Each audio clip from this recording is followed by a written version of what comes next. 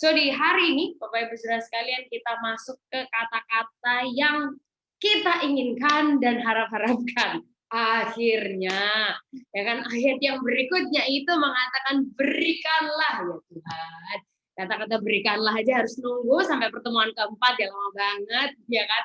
Nah, jadi akhirnya kata-kata itu berikanlah, our favorite word. Ya kan, berikanlah kami pada hari ini makanan kami yang secukupnya, katanya gitu. Nah, kalimat ini sebenarnya mengingatkan kita semua dan waktu itu juga bangsa Israel kepada situasi mana di padang gurun. Nah, saya nggak tahu Anda pernah dengar cerita ini atau enggak. Buat yang pernah, baik sekali. Buat yang belum pernah, nggak apa-apa, akan saya ceritakan sekilas.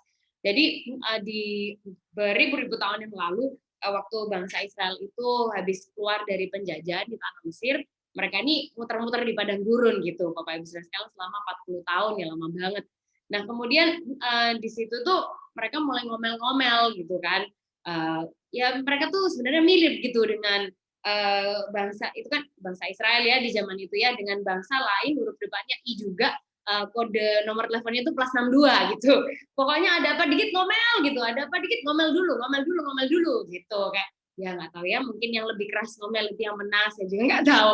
Nah, jadi waktu itu mereka ngomel gitu, pokoknya kita nih makan apa, lebih baik kita ada di Mesir aja mati. Tuh kan sering kali tuh nggak tahu apa yang diminta. Ya kan, masa iya mereka itu ngomong lebih baik kita ada di Mesir aja, kayak are you for real gitu kan. Mereka nggak tahu apa yang mereka minta sih, mereka ngomel-ngomel. Nah, akhirnya waktu itu sama Tuhan disediakan bakery fresh every day dari sorga. Jadi setiap hari Tuhan itu turunkan roti yang namanya mana dari sorga. Nah, waktu itu Tuhan udah pesenin mereka, kamu ambil secukupnya yang bisa kamu makan setiap hari.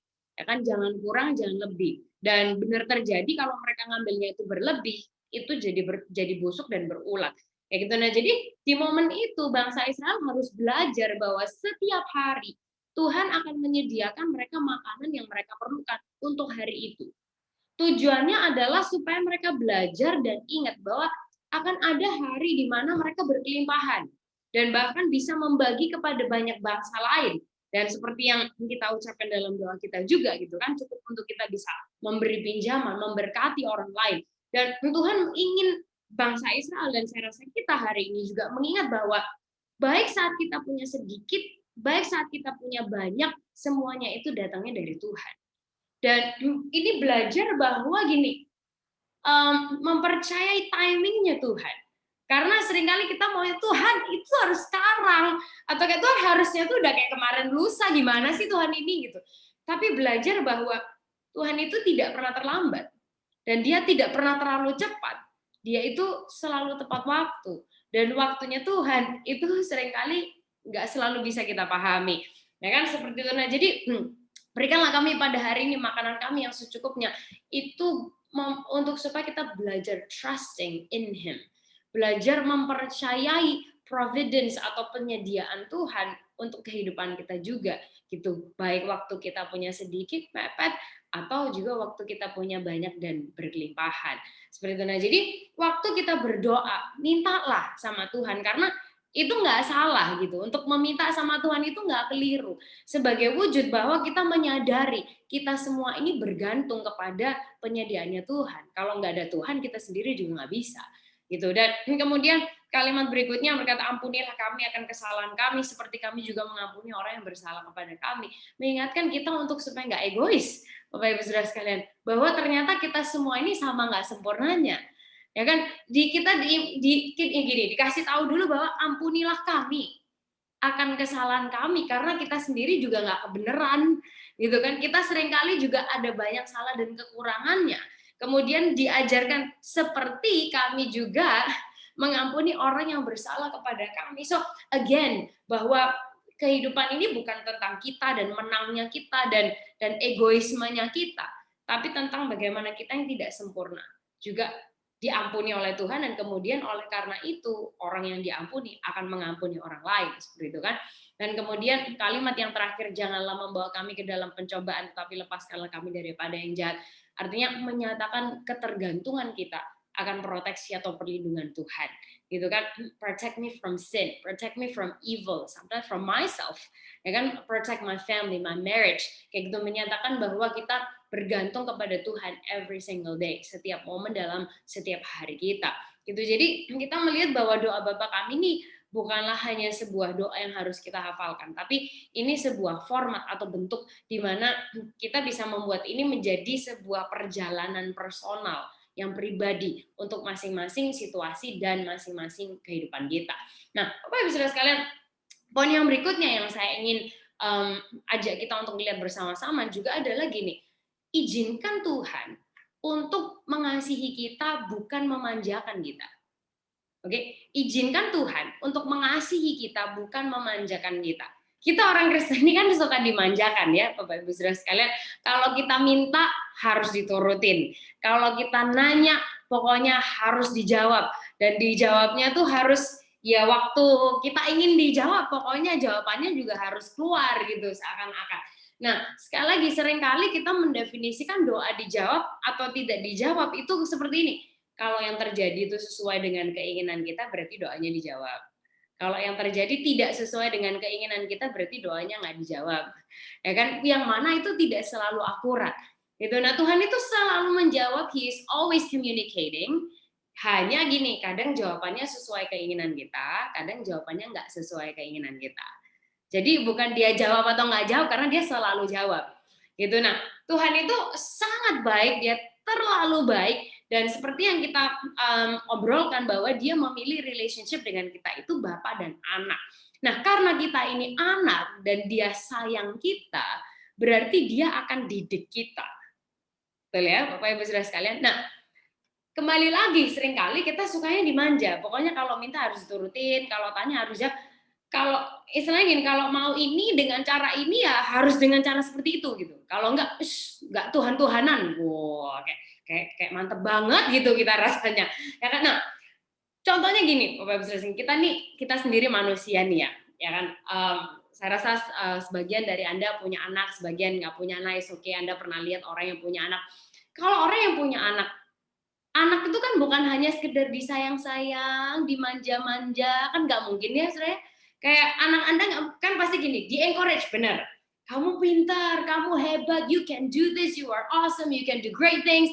Ya kan? Tapi waktu dia ngeludahin orang, nggak mungkin kan dia bilang, oh kamu pintar, kamu hebat, kamu memang harus gitu. Nggak gitu juga, ya kan? Bapak bisa sekalian, dia tendang temennya atau dia tampar gurunya, oh kamu pintar, kamu hebat. Nggak mungkin kan, Bapak Ibu Saudara sekalian, atau dia kayak nyolong di Walmart gitu, nggak mungkin, oh kamu pinter ya, kamu hebat, next time kamu nyolong yang lebih banyak, siapa tahu kita bisa kayak dapat free grocery, ya kan? No, tapi ada momennya anak Anda itu Anda tegur, betul ya, Bapak Ibu Saudara sekalian, ditegur, kadang dimarahin, dan kadang depending dengan parenting style-nya seperti apa, tapi sampai sekarang saya masih anak, tapi waktu saya masih kecil, parenting style-nya orang tua kita dipukul, kita dihajar. Itu rasanya buruk loh buat anak Anda. Nggak enak loh, Bapak Ibu Saudara sekalian, they feel terrible. Ya kan, kadang mereka nangis, it hurts. Tapi apakah itu berarti Anda orang tua yang buruk? Bukan, saya rasa. Justru karena Anda adalah orang tua yang baik, Anda ngajarin anak Anda. Ya kan, kadang ada proses supaya mereka ngerti dan nggak diulangi lagi, harus dihajar sedikit supaya mereka tahu that's bad. Atau mereka tahu kalau kamu melakukan sesuatu yang dilarang ada konsekuensinya. Supaya Pak anak Anda ngerti dan membentuk kehidupan mereka ke depannya jadi pribadi yang baik dan berguna di masyarakat. Nah, sehingga gini, saat Tuhan itu adalah Bapa kita, Tuhan itu bukan nggak sayang kita, Tuhan itu bukan nggak baik. Tapi kadang-kadang dia izinkan yang kita minta kita nggak dapat. Hal yang kita doa-doakan kadang kita harus tunggu. Kadang kita harus menanti lama sekali, kayaknya aduh nggak ada ujungnya. Atau apa yang kita request itu malah yang terjadi, yang kita lihat itu malah yang sebaliknya gitu. Kadang-kadang dia izinkan kita bisa menghadapi gunung atau lembah atau dilewatkan tantangan, persoalan, ada masalah bisa terjadi dalam hidup kita. Untuk apa sih? Untuk melatih kita, untuk men-stretch kita. Kadang-kadang untuk memperbaiki kesalahan kita, kadang-kadang untuk pembelajaran, untuk supaya kita tahu nih loh, kamu kalau milih yang salah ada konsekuensinya. Dan kamu nggak akan tahan konsekuensinya. That's why I didn't want you to do it in the first place. Nah, makanya Ibrani 12 ayat 6 sampai 8 sama ayat 11 bilang gini, karena Tuhan menghajar orang yang dikasihinya. Oh. Dan dia menyesah orang yang diakuinya sebagai anak. Jika kamu harus menanggung ganjaran, katanya Allah memperlakukan kamu seperti anak. Di mana terdapat anak yang tidak dihajar oleh ayahnya. Tetapi jika kamu bebas dari ganjaran yang harus diderita setiap orang, maka kamu bukanlah anak, tapi anak-anak gampang, katanya. Kemudian dikatakan memang tiap-tiap ganjaran pada waktu ia diberikan tidak mendatangkan sukacita tetapi duka cita. Tetapi kemudian ia menghasilkan buah kebenaran yang memberikan damai kepada mereka yang dilatih olehnya. Nah, sehingga Bapak Ibu Saudara sekalian, kadang-kadang waktu kita tuh nggak lihat apa yang kita inginkan, apa yang kita doakan, atau kasarannya kayak istilah doa kita belum dijawab, gitu kan? Atau apa yang kita minta itu belum kita lihat. Itu tuh kadang-kadang ya nggak selalu, kadang. Karena Tuhan itu sedang membentuk dan mendidik kita untuk supaya kita nggak jadi anak manja. Karena anak manja itu kurang apa? Kurang disiplin dan kurang didikan. Dan saya rasa Anda semua udah lebih berpengalaman dari saya, pasti tahu anak manja itu susah nantinya di masyarakat. Nah, tapi kalau kita dikasihi ada unsur disiplin dan didikan. Gitu. Jadi kalau kita jadi orang Kristen manja, kita kadang-kadang bisa kurang ajar sama Tuhan, ya nggak sih? Sudah demand. Akhirnya kita sama Tuhan harus gini, harus gitu, dengan cara ini, dengan cara itu. No. Tapi kalau kita jadi orang Kristen terdidik, anak yang memang disayang sama Tuhan, kita jadi hormat sama Tuhan. Ngerti bahwa menjadi anak itu sebuah kehormatan, bukan hak yang kita tuntut. Kita bisa menghargai dia. Justru kita malah makin cinta sama Tuhan. Kita ingin melakukan apa yang dia sukai. Balik lagi kayak yang minggu lalu. What is in his heart is what we want. Apa yang ada di dalam hatinya itu menjadi keinginan kita, Bapak Ibu Saudara sekalian. So, Tuhan itu mau membangun kita. Kadang-kadang dia say no sama kita, kadang-kadang apa yang kita minta, yang kita inginkan dia nggak beri. Seperti mungkin cerita yang saya sampaikan di pertemuan yang pertama, saya ngeliat mobil Porsche, saya ngomong sama Tuhan, Tuhan saya mau ini satu, ya kan? Dia nggak jawab iya, nggak jawab nggak bilang apa-apa, dan sampai hari ini saya juga nggak dikasih, ya kan, Bapak Ibu Saudara sekalian, karena He knows better and He knows best. Ya kan, kadang jawabannya enggak. Kenapa? Karena dia menyediakan hal yang lebih besar dan dia jauh lebih tahu daripada kita. So again, it's all about trusting. Tentang kita percaya sama Tuhan, tentang relationship kita sama Tuhan, tentang hati kita semakin dekat dan semakin menyatu dan sesuai dengan apa yang dia inginkan untuk setiap kehidupan kita. Nah, Bapak Ibu Saudara sekalian, di minggu depan, next week, di bagian yang terakhir, saya akan membahas tentang doa yang aneh. So, jangan sampai kelewatan karena akan seru banget yang itu juga masih mengubahkan kehidupan saya terus sampai hari ini. The weird prayer, and I think it's gonna be very cool. Kayak gitu. So, thank you so much untuk kehormatan dan kesempatannya sekali lagi hari ini. Tuhan memberkati kita semua.